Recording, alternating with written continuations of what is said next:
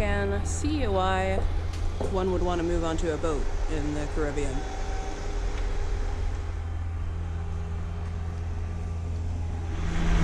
I made that yesterday.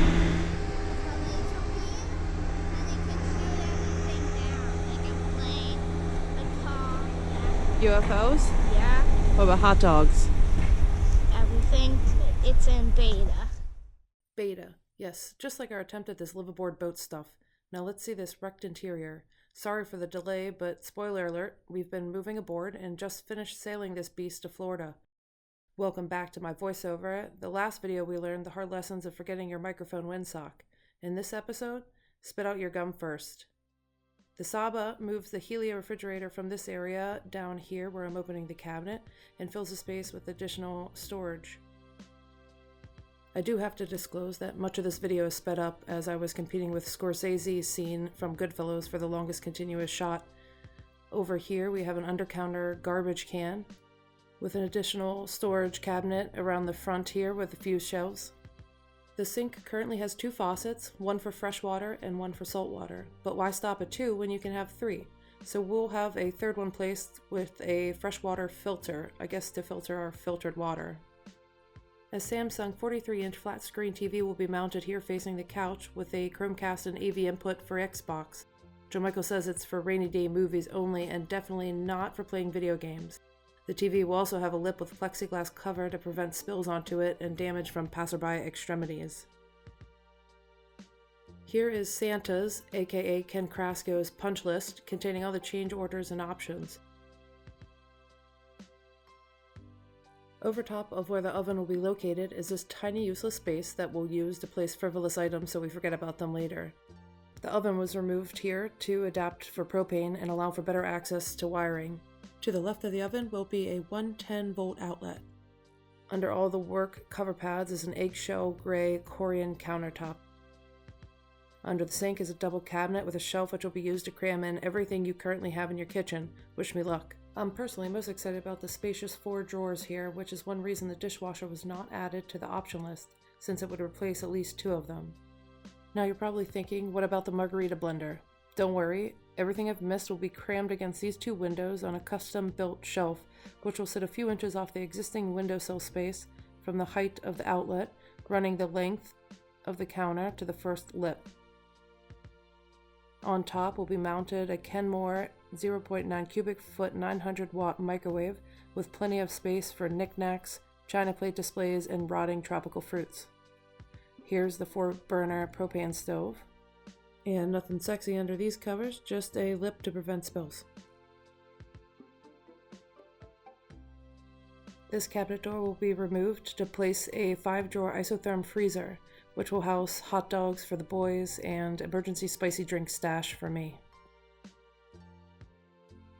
Here's the 2-drawer isotherm refrigerator I will be playing Jenga with every time I open a drawer, with the added challenge of avoid the cold plate danger zone.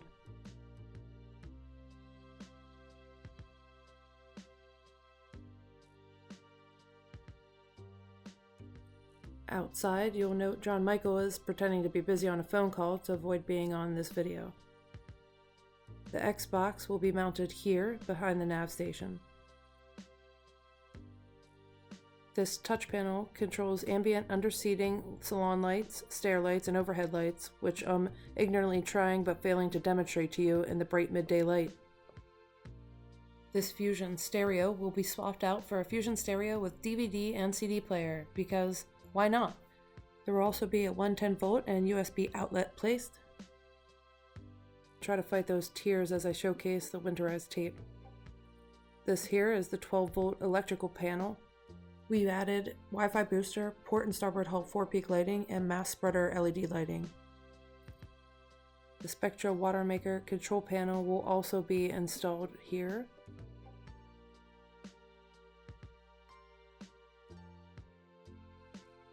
Welcome to Oz, the brains of this operation. This is where a second chart plotter will sit, as well as the Victron Keller GX, a Raymarine i70 display, and VHF. You get an idea of the wiring required for all the behind-the-scenes communications the boat is running, and many of these options have yet to be installed.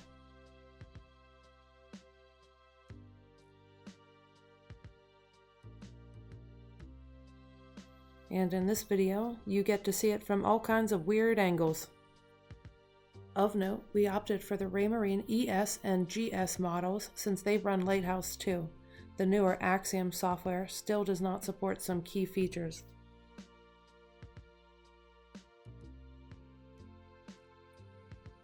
Here's another side of the chart plotter that will make you feel more at home.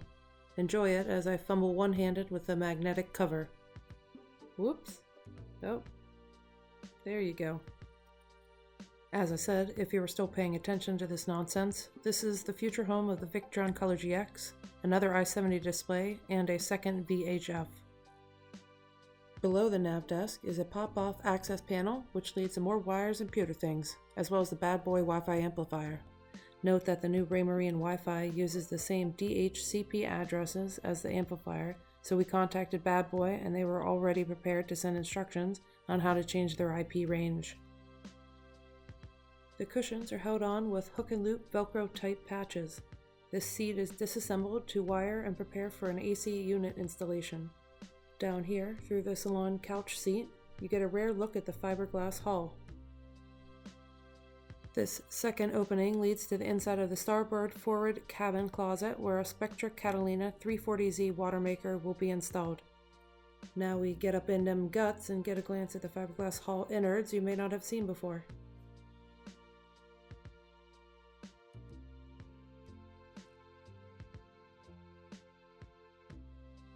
Okay, enough of that. Now something you've all been waiting for. Let's take a look at this new Elba oven. I'm cautiously optimistic about this oven, as I've been disappointed by every oven on the charters we've done. They typically take forever to heat up, and it's always 50 degrees below what you need it to be, although it does do an excellent job of heating the entire galley. But if it's good enough for Idris Elba, it's good enough for me.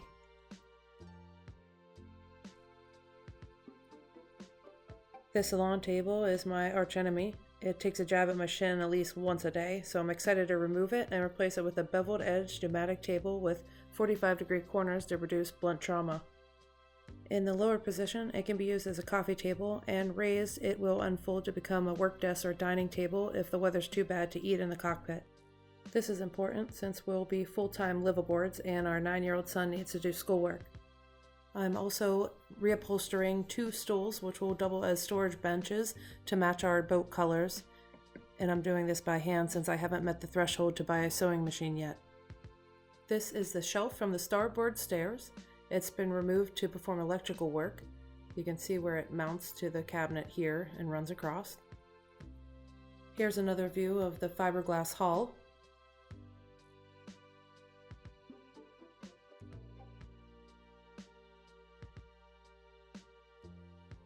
The Bose bass speaker is hidden here as well, and definitely worth it, whether you're 6'7" with Lil Wayne or want to feel Sam Elliott's voice inside you when you're watching Tombstone.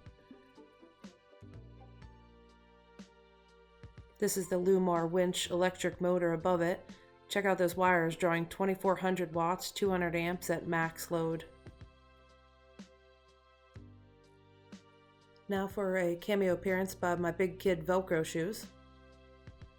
On to the starboard hull, where we can enjoy me fumbling with this suction cup to open the bilge one-handed. Funny side story, but the first thing my son did when he came aboard the boat was kick that thing overboard playing hockey. And I'll have you know that you cannot find those at West Marine or any other store.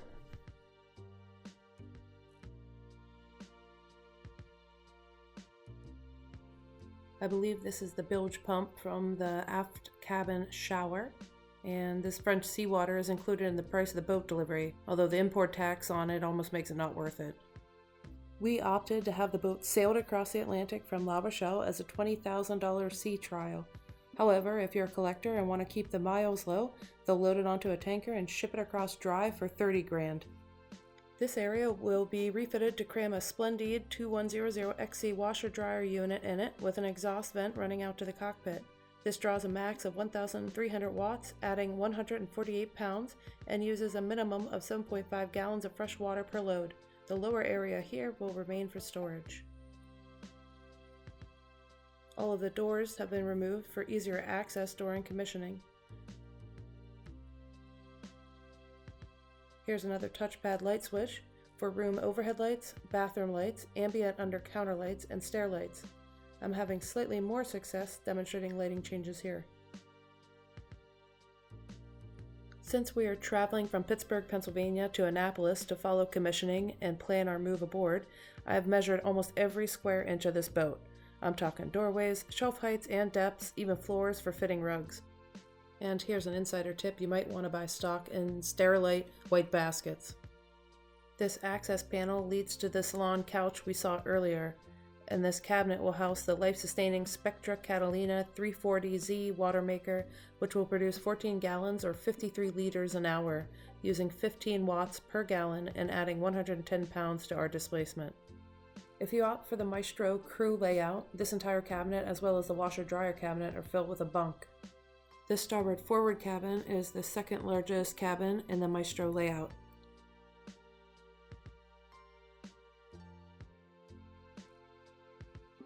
This under-window storage area contains 6 Spinlock self-inflating life vest harnesses and tethers, which were unknowingly included in one of the packages, as well as an extra halyard and additional safety equipment. You can also see the Pro-Furl Nex top-down furler that still needs to be mounted on the bowsprit. The bedside tables are still open to wire for outlets with USB. That's the large drawer you'll find at the bottom of all the beds, which are slightly different sizes. The queen bed mattresses also have 2 different shapes between the forward and aft cabins. We traced the beds so that we could cut 2 mattresses ourselves that are a bit more comfortable. We haven't been really impressed with the mattresses on the charters we've had, although these Saba factory mattresses do seem more comfortable. This starboard forward peak dungeon has finished fiberglass, but not the full refit option. This entire space will house items to make the 2 boys feel more at home, such as a custom workbench and tools for John Michael, Legos games, and lethal weapons for Dexter, which should qualify it for the world's smallest man cave. It will also have a few LED strip lights installed, as well as a fan.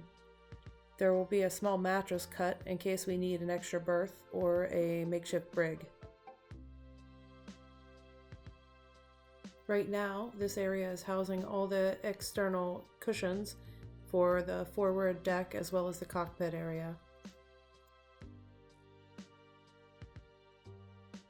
Headed back out through the stateroom, you'll find that each of the 4 cabins has its own private bathroom.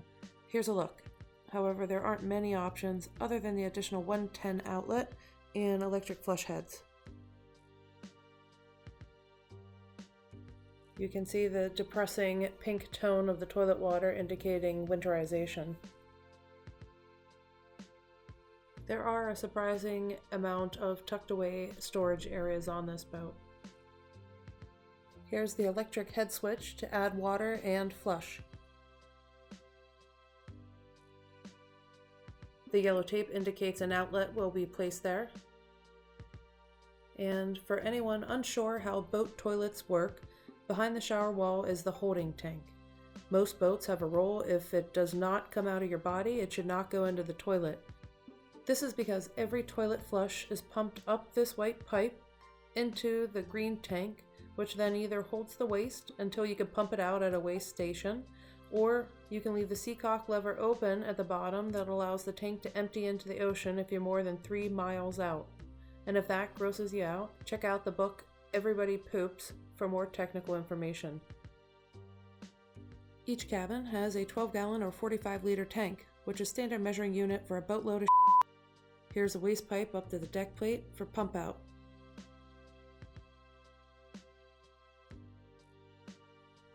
Alright, that's enough Blackwater talk. On to the Starboard Aft Cabin, which is also torn apart. This cabinet here will soon be overloaded with an air conditioning unit and wiring, as the top part is the future location of the 120-volt panel. You can see this transition has already begun, and our electrician is building a nest in the hull. In this section, it's more wiring and boxes, and if you're listening to this, it means I forgot to ask what all this stuff does. So go ahead and enjoy and figure it out for yourself.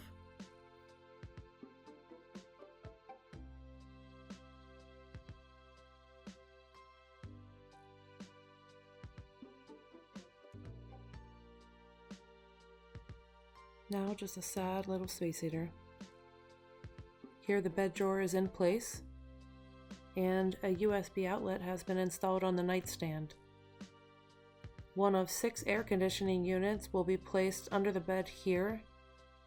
And if that doesn't help you sleep at night, just to let you know, the panel above it is the emergency fuel shutoff valves for the engines, and the hole at the top of the bed is a port for fire extinguishers in the event the engine catches fire. However, we did option the fire suppression system in the engine bays. And this handle here is broken, so let's just move on. Now on to the port cabins.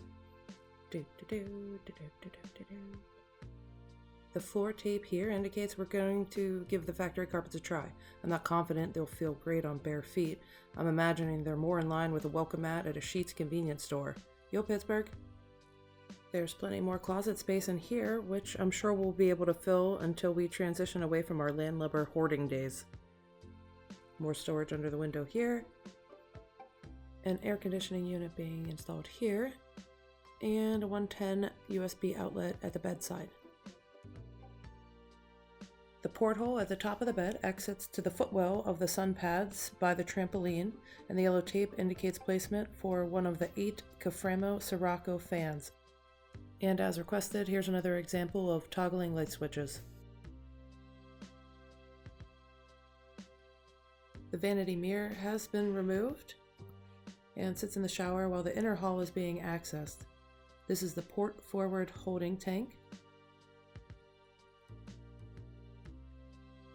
Here's the PEX plumbing for the shower's hot and cold water. And a few sharp screws sticking out, which gives me anxiety.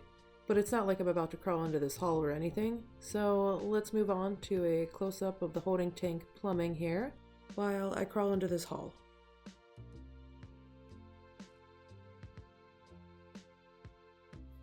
Now, another glance at the fiberglass hull you don't often get to see, except spotlighted in these videos. So just take a minute to enjoy yourself while I gouge my limbs on the aforementioned screws. The unfinished hull has a real beauty that only an owner could love, and the roominess that a smuggler would want. I also wanted to ask about this French writing over here. I don't really read French, but if any of you want to translate. Now, let's wrap this up with the last cabin, where all the magic happens. And by magic, I mean planned overflow storage for all the junk I'm about to haul onto this boat. In here, the separate water closet in the Maestro is key to a healthy relationship. I'm particularly interested in the shelf over the toilet and its proficiency at scalping me. Get ready, it's your last demo light switch toggling. Bam! As a girl, I'm happy with the amount of storage I'll have on this boat, even after John Michael gets his 10% cut of the space. It's too bad he chose to fill it with tools and now doesn't have any room for important stuff like clothes or shoes. The shower door is solidly built. I'm pretty impressed, but I'm interested to see if it needs the weather stripping added like in the Halias to prevent water from leaking out onto the floor. Along the door edge is a magnetic strip that keeps it closed. Behind a pop-off shower panel is the holding tank, and below it is a door that gives access to the seacock to empty the tank to the sea. We optioned FlexiTeak to be placed in the shower, which looks and feels great, like your mom. I really hope it holds up. Now, saving one of the best for last, I want you to check out the nuts on this one. I find it interesting that Fountaine Pajot doesn't use a backplate for these standing rigging through bolts. If you're one of those sciencey people who knows about structural engineering, I'd love you to school me on this so I stop having night terrors of this ripping out a hole in the side of the boat due to the massive forces. If you think it's a valid concern, then just watch for us on the news channels. Now more B-roll footage of that fiberglass hull.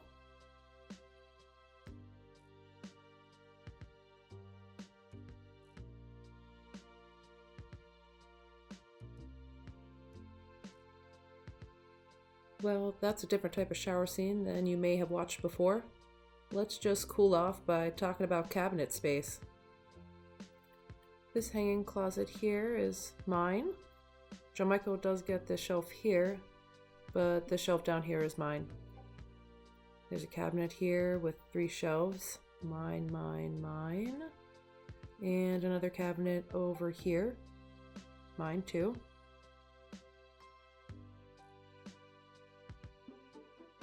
John Michael does get this entire cabinet here, but mostly because it's torn apart and trashed. You can see the nice faux leather sound dampening panels here, which actually do help, but my Sacred Command hooks don't stick to them. It's a bit hard to see here, but this access channel runs the entire cross-sectional length of the boat to the starboard side. It's also where we found the water valve for our cockpit ice maker, despite hundreds of reasonable guesses we had when looking for this on our first attempt to make ice. This area is one of those dark, confusing places you'd be most likely to find an H.R. Geiger alien molting its skin or planning its next sequel.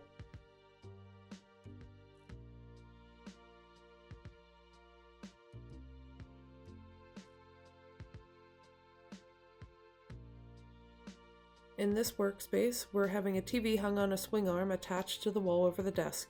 It will be a hub for our laptops and electronics. There's a soft close desk lid and a magnetic stool to sit on that sticks to the wall when not in use. There's also additional storage in this cabinet here, which will probably also be mine.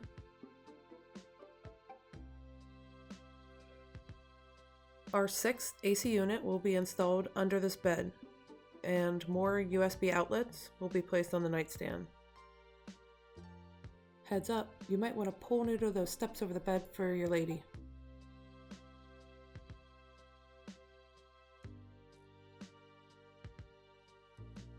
There's also much more storage above the beds with these 4 cabinets, all of which are mine.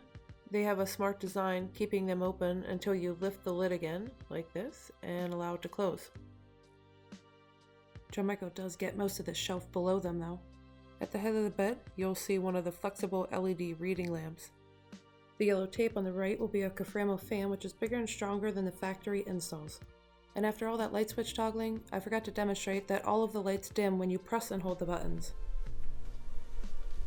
So, that concludes our tour of the new Saba 50. Stay tuned for the more details about our commissioning process with Atlantic Cruising Yachts and further adventures.